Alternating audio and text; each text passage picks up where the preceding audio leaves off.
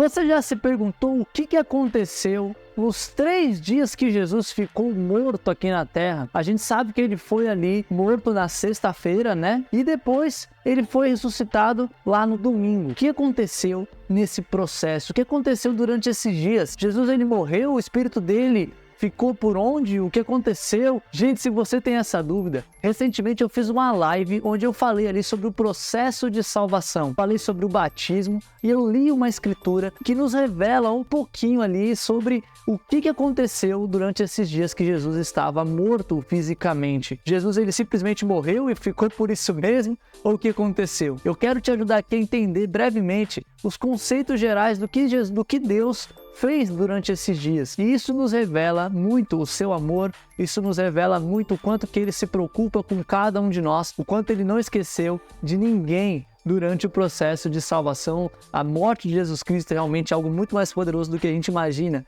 não só para nós, não só para o povo daquela época, mas para muitos povos de antigamente. E galera, se você quer saber mais, clica aqui no nosso vídeo, mas antes não esqueça de se inscrever, de curtir e também, é claro, de deixar aí nos comentários o que você está achando desse conteúdo, beleza, galera? Então vamos lá para o nosso conteúdo de hoje.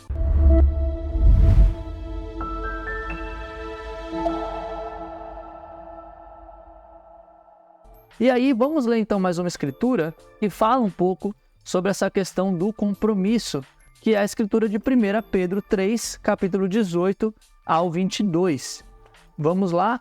Pois também Cristo sofreu pelos pecados uma vez por todas, o justo pelos injustos, para conduzir-nos a Deus. Ele foi morto no corpo, mas vivificado pelo Espírito, no qual também foi e pregou aos espíritos em prisão, que há muito tempo desobedeceram quando Deus esperava pacientemente nos dias de Noé, enquanto a arca era construída. Nela, apenas algumas pessoas, a saber 8, foram salvas por meio da água. E isso é representado pelo batismo que agora salva vocês. Não a remoção da sujeira do corpo, mas o compromisso de uma boa consciência diante de Deus por meio da ressurreição de Jesus Cristo, que subiu aos céus e está à direita de Deus. E a ele estão sujeitos anjos, autoridades e poderes. Essa escritura, ela é um pouquinho mais delicada teologicamente da gente estar analisando. Eu sei que existem várias análises do grego e tal, que podem ajudar a gente aqui nessa interpretação. Por conta do tempo e do propósito aqui desse vídeo, eu não vou entrar profundamente na análise dessas palavras, né, que são chaves, mas eu vou aqui trazer um resumo da ideia do que eu acredito que essa escritura está falando. Eu espero que você possa acompanhar aqui comigo essa ideia.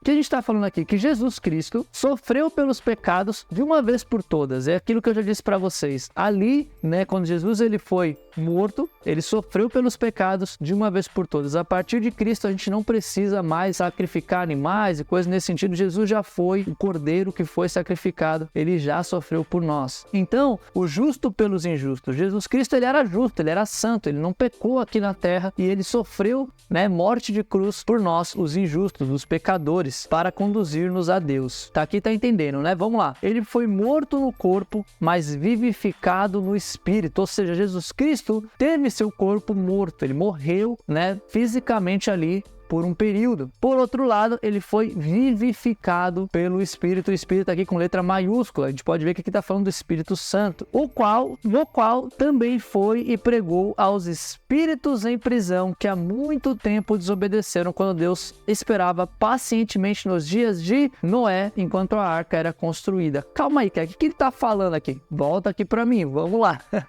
Gente, o que ele está falando aqui? Deus, ele não esqueceu de ninguém no seu grande plano de salvação. Deus, ele sabia de que as pessoas ali, antes de Noé, as pessoas ali, muito tempo antes de Deus se revelar ali ao povo, as pessoas estavam vivendo suas vidas ali após Babel, digamos assim, né, de diferentes maneiras, soltos pelo mundo, adorando coisas, e ninguém sabe direito o que acontecia naquela época, a não ser que, como a Bíblia fala, era um povo mau, um povo perverso. Deus, ele reconhece que aquele povo não teve a oportunidade de conhecê-lo verdadeiramente. Embora tivesse ali a natureza, a criação e outras coisas que mostrassem, né, e exaltassem o nome de Deus, na essência, eles não conseguiam entender quem era Deus. É somente a partir de Noé, né, e da criação ali, né, que a gente vê da história, né, da escolha do povo judeu, da escolha de Abraão e daí por diante, que nós começamos a ver o plano de Deus ali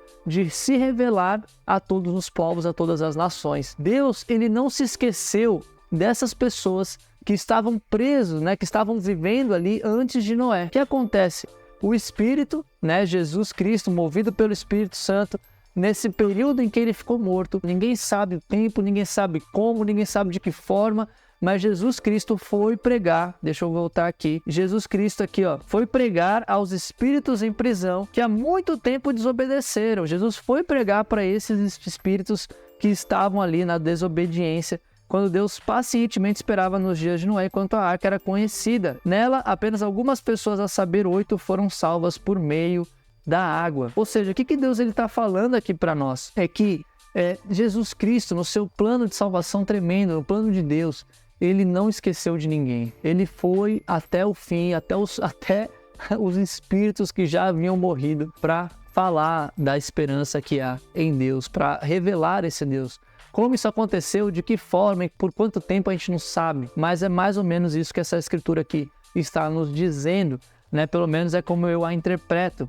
E aí ele fala que a água, essa água que, né, purificou a terra, né, que trouxe nova vida à humanidade, que permitiu com que a bondade existisse novamente, a maldade fosse suprimida. Essa água que salvou Noé e sua família, que a partir disso Deus ia estabelecer relação com eles, essa água é simbolizada pelo batismo. Ele fala aqui, ó, é representado pelo batismo, que agora também salva vocês. Assim como a água do dilúvio salvou a família de Noé, a água do batismo nos salva hoje. Não é uma remoção da sujeira do corpo, é um dos motivos aqui que eu acho importante da gente pensar.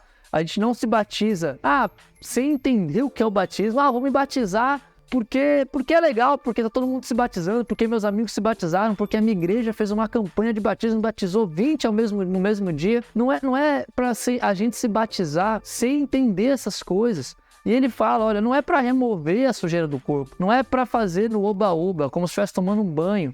O batismo, ele representa o quê? É o compromisso de uma boa consciência diante de Deus, por meio da ressurreição de Jesus Cristo. E aqui ele traz a autoridade de Jesus Cristo, que subiu ao céu, está à direita de Deus, e abaixo dele estão sujeitos anjos, autoridades e poderes.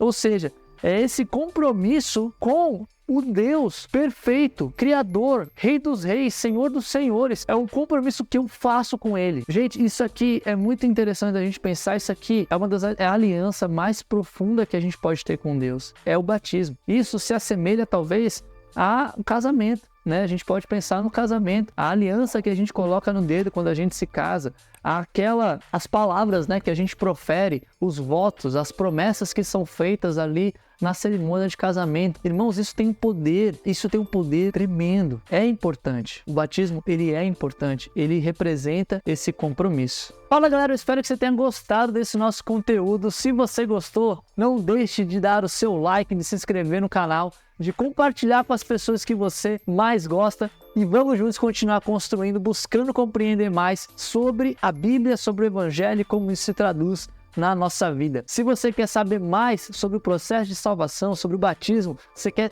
ver mais, né, a live completa, né, tá aqui do lado, pode vir aqui, você vai ver a live e conferir todo o conteúdo que eu trago lá. Se você quer saber mais sobre o processo de salvação, sobre o reino de Deus, saber mais quando que o reino foi instituído na terra, eu vou colocar aqui nesse vídeo, está aqui do lado também. Vai lá dar uma olhada, eu espero que você goste. Muito obrigado e a gente se vê na próxima.